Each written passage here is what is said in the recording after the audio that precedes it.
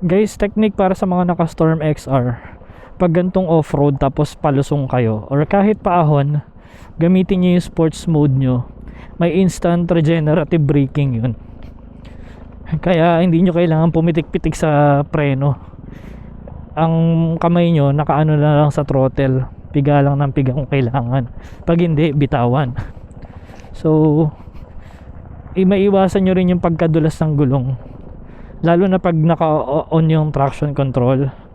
So hindi ka nadudulas sa mga bato-batuhan. At the same time, may naka-ready or nakaabang pa na regenerative braking. So malakas ang regenerative braking nito ni Storm XR, kaya walang problema sa off-road, mapaahon man or lusong.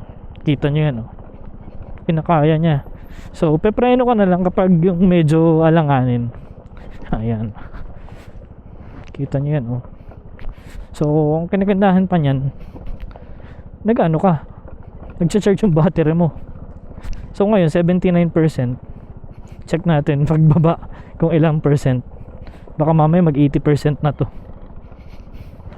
So ganito, pag gantong off-road, kung meron namang part na wala masyadong bato, doon na kayo dumaan para iwas dulas din. Tsaka maganda pala kung alam nyo dadaan kayo sa mga gantong off-road, mababato, medyo magbawas kayo ng hangin sa gulong para kahit papaano hindi matigas yung gulong at kumakapit yung gulong nyo sa sa lupa at saka sa bato.